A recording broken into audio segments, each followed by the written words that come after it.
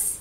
I hope you're all doing really well. Today I'm going to do something very special. I'm going to give a bunch of long hair care tips and I'm going to try to find one for every letter of the alphabet. I don't know if I'm going to succeed at every letter, but I'm sure gonna try. Rinsing your hair with a mixture of water and apple cider vinegar will remove all product buildup on your scalp, and it will also give you shiny hair.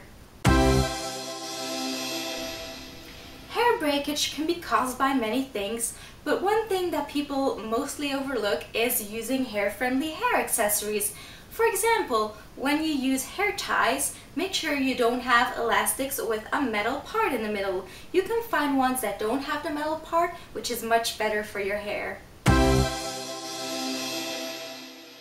Even when you're trying to grow your hair as long as possible, you might want to trim it now and then to keep it healthy and nice looking in the bottom.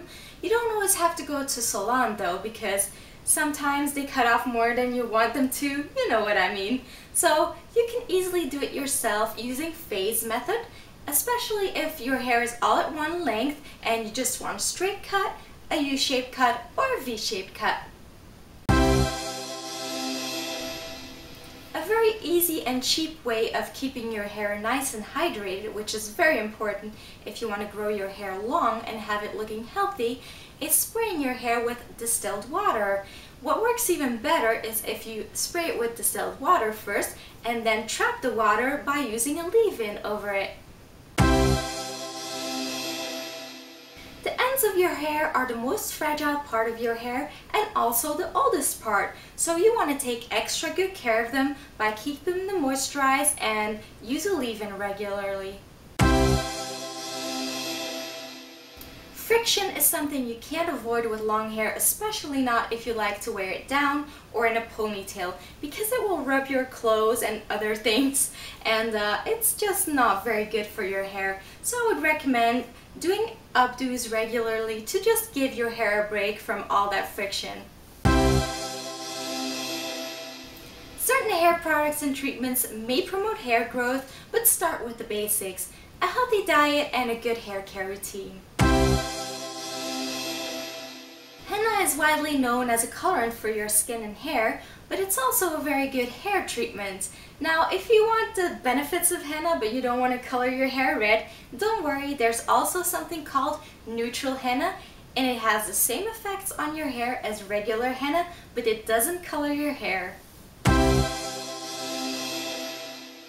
Speaking of henna, there is also a similar treatment that's called indigo, which does pretty much the same thing as henna or neutral henna, but it colors your hair black.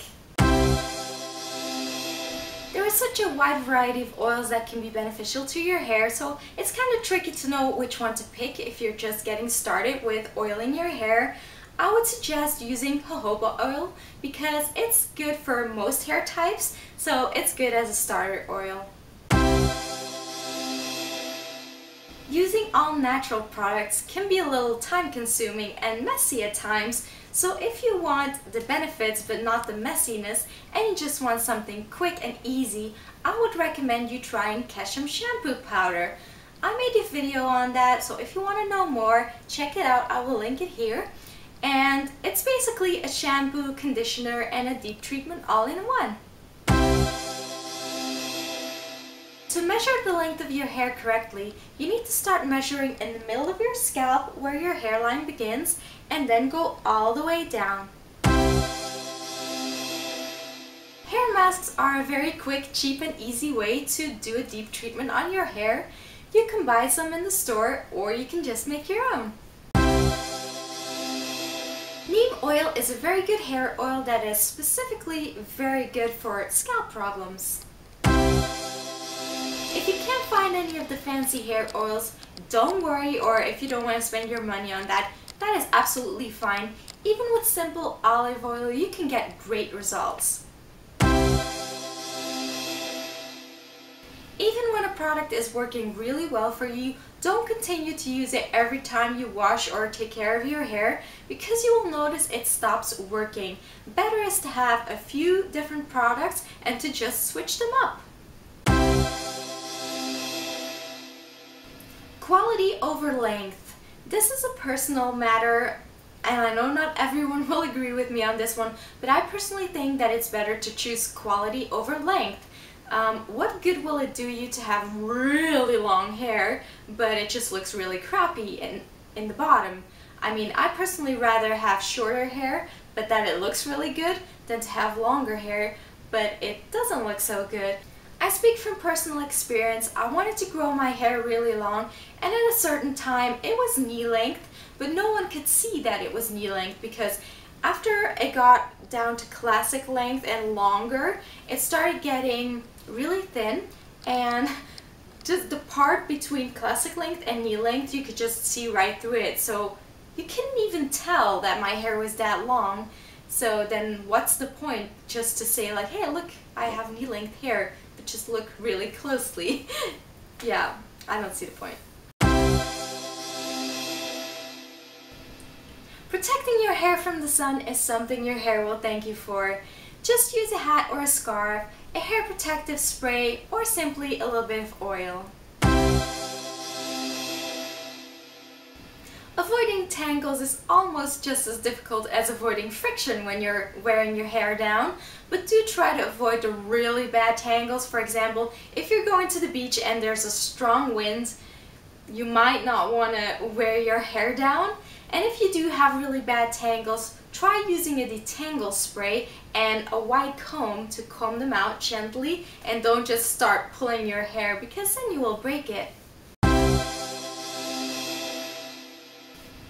Most people wash their hair way too frequently. It's really not necessary. It's actually bad for your hair. It will leave it either really dry or it will just make your hair get greasy even quicker. If you go from washing once a day to once a week, of course your hair and your scalp will need an adapting period. So don't give up if your hair gets greasy the first 2 weeks.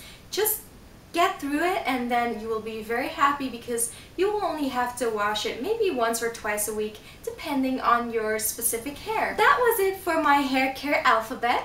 I hope you enjoyed it. I didn't quite get all the letters, but I did get most. If you have any questions regarding the tips I've given you, or any other questions for that matter, please comment in the comment box below. I will always answer your questions. And if you liked the video, please give it a thumbs up and subscribe if you haven't already. Thank you for watching. Bye! So it's good as a starter oil. Starter oil. Okay, starter oil.